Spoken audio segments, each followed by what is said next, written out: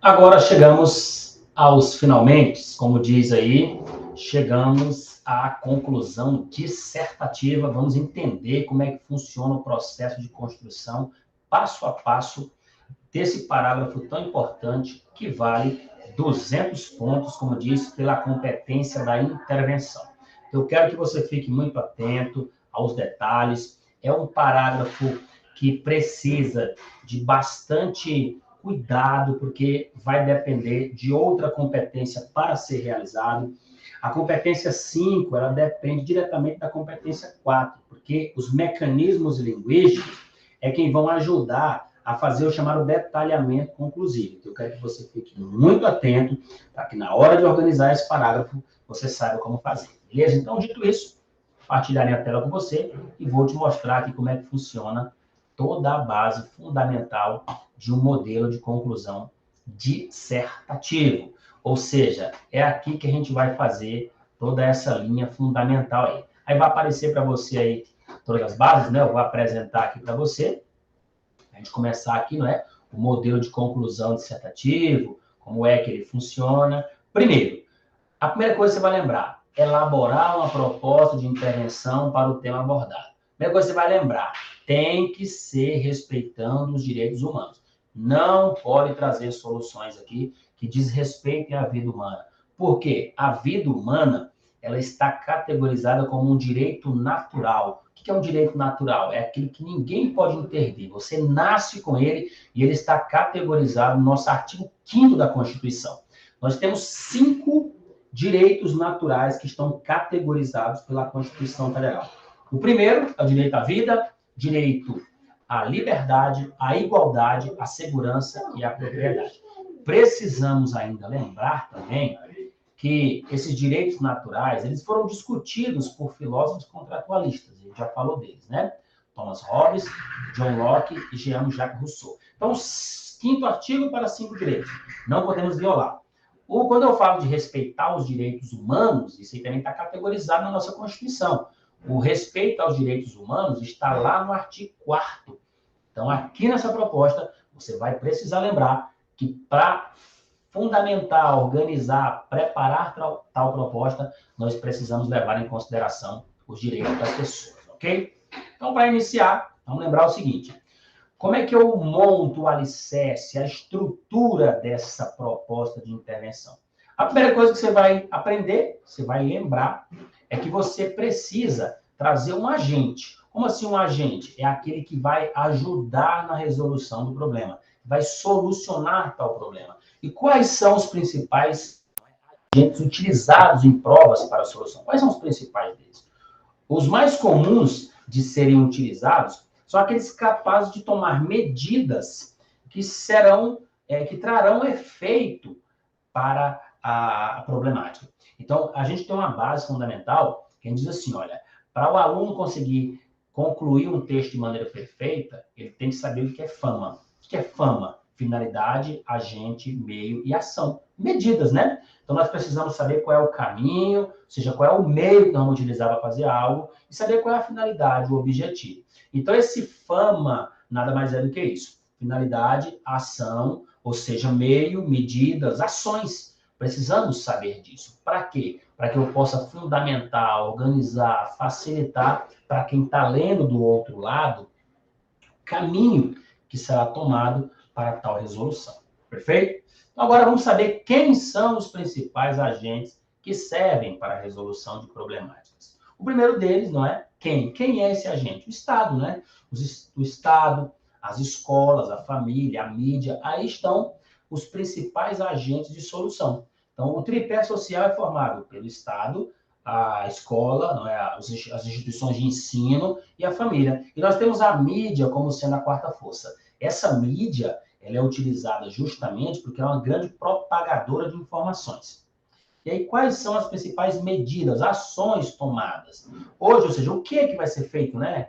Aquilo que nós iremos fazer para resolver o problema. Então, palestras, campanhas, trabalhos em determinados locais, propagandas, tudo isso aí é muito comum do aluno utilizar na prova do Enem. Agora, é claro, ele tem que ter essa capacidade, essa sensibilidade de propor algo dentro de um local específico que atinja o público e garanta, não é, a desconstrução ou a ratificação de algo. Quais são as palavras-chave que vão indicar o meio, não é? Ou seja, como? Como que isso vai ser feito? É através de quê? É a partir de quê? É por meio de quê que eu vou fazer aquilo? E tudo que eu faço nessa vida tem que ter uma finalidade. Ou seja, qual é o objetivo disso? Para que se faz alguma coisa? Então, palavras como o próprio nome diz, né? Para que, com o intuito de, a fim de, visando a. Lembrando que esse visando a, se a palavra for feminino, tem que ter uma crase, tá bom? Visando a sustentabilidade, visando ao controle do meio ambiente. Observe aí que esse verbo, ele tem aí uma ideia de algo indireto, então tem que ter a preposição, no caso tem que ter a crase, tá bom?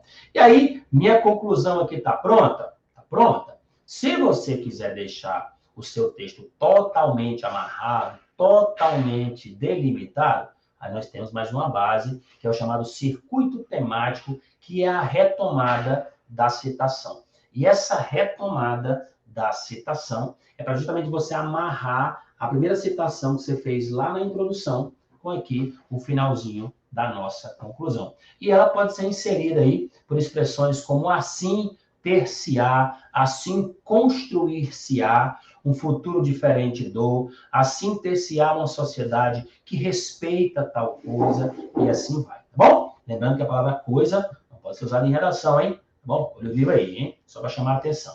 Aí agora, vamos te mostrar como é que funciona isso aí, não é? Na base por base, eu vou voltar ali atrás, não é? Voltar aqui agora e vou te mostrar como é que funciona agora isso aqui na prática, né? Vou voltar aqui bem com calma e te mostrar como é que funciona esse modelo conclusivo da redação. Primeiro, tem que ter um detalhamento. O que é esse detalhamento? Explicar, ou seja, fazer a inversão sintática de quem é o agente que vai fazer algo. Então, quando eu pegar, por exemplo, o Estado, eu vou dizer aí que é o grande promotor da paz social, é a instância máxima de proteção da sociedade. Quando eu uso, por exemplo, a mídia é a quarta força, grande propagadora de informações. Quando eu utilizo, por exemplo, aí, as escolas, são as instituições capazes de moldar o comportamento humano. Então, esses agentes, o Ministério da Educação, órgão promotor do ensino no país, certo? Então, esses ideais aí, eles serão procurados no texto. E o aluno tem que ter a sensibilidade de utilizar. É preciso que ele faça, porque o examinador vai procurar essa base na prova, tá bom? Então, para começar, vamos lembrar de todos os marcadores que são essenciais, mas vamos lembrar também de como é que a gente faz para poder organizar essa estrutura. Primeira informação, os marcadores textuais, os mecanismos linguísticos, eles têm que vir fundamentados de maneira lógica. Como assim fundamentados de maneira lógica? Para que eles possam detalhar a ação. Então, a ideia de uma boa conclusão é que ela seja dividida em pelo menos 3 ou 4 períodos. Eu preciso de um para retomada, 2 para resolução, e aí, se eu quiser, mais um para retomada. A gente chama isso de refama. O que é refama? Retoma o tema, ou seja, vai fazer a finalização de que forma? Finalidade, agente, meio e ação, em cada um dos períodos da conclusão. E vai lembrar para mim, esses marcadores estão aparecendo para você na tela aí, portanto, Descartes, né? Descartes, alguns nem o conhecem, é o mesmo que dessa forma, desse modo, dessa maneira. Então, são marcadores que servem aí para alinhar as ações. E aí, no caso, eu vou retomar o tema no período 1 da conclusão, em seguida eu vou começar a resolver a minha problemática, a minha causa, vou detalhar tal resolução e em seguida eu vou somar mais uma ação para a causa 2. Ou seja, cada um dos períodos da conclusão tem uma obrigação. Retoma o tema, resolve a causa 1, resolve a causa 2, retoma a primeira citação. Ou seja, é a linha dos 4 R's da conclusão. Assim como tem 4 R's na introdução, nós temos 4 R's na conclusão. Como assim, professor? Os 4 R's da introdução, já vimos, né? O primeiro é relacionar, ou seja, referenciar o primeiro, relacionar o segundo, ou seja, reportar o terceiro, e aí, por fim, o reafirmar. Na conclusão aqui, eu também tenho 4 R's. Retomar, que é o primeiro tema, né? Depois resolver a causa 1, depois resolver a causa 2, e por fim, eu vou retomar novamente lá, relacionando com a primeira citação. Então, essa é a ideia aí dos períodos muito bem divididos de uma conclusão dissertativa argumentativa. Então, para começar, a gente vai tratar aqui e resolver a primeira causa que apareceu para a gente lá na nossa redação. Portanto, são necessárias medidas urgentes de combate ao aumento dos casos de depressão na adolescência. Dessarte, o Ministério da Educação, órgão responsável pelo bem-estar social, deve promover campanhas informativas nas escolas sobre esse assunto. Essa ação pode ser realizada por profissionais como psicólogos e terapeutas a partir de demonstrações aos alunos e aos pais dos sinais que levam à patologia, a fim de prevenir e evitar mais casos de suicídio. Então, observe que nós temos 3 períodos aqui, cada um em prol de uma base. Primeiro, eu retomei o tema, né? Quando eu digo que é necessário combater a depressão, então já puxei para cá. Depois, eu comecei a resolver a problemática, inserindo, não é, um agente de solução, que no caso aí é o Ministério da Saúde.